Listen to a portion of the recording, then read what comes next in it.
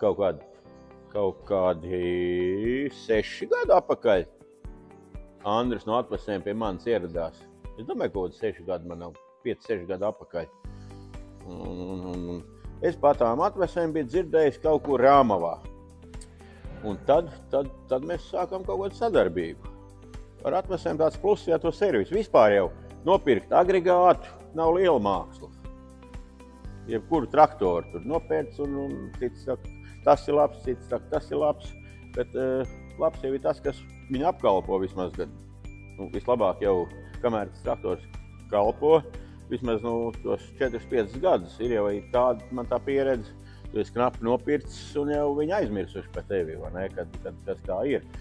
Un tomēr servis zemniekam, kāda starpība zemniekam vai mežoniekam, ja nav servis, tad jaunu tehniku nopērkot, tu esi iebraucis jau, tas saka, auzās, tas jau nav riktīgi, jo lai cik labs tas agregāts būtu vai nebūtu, viņiem visiem ir viena vaina, ka viņi plīst arī kādreiz.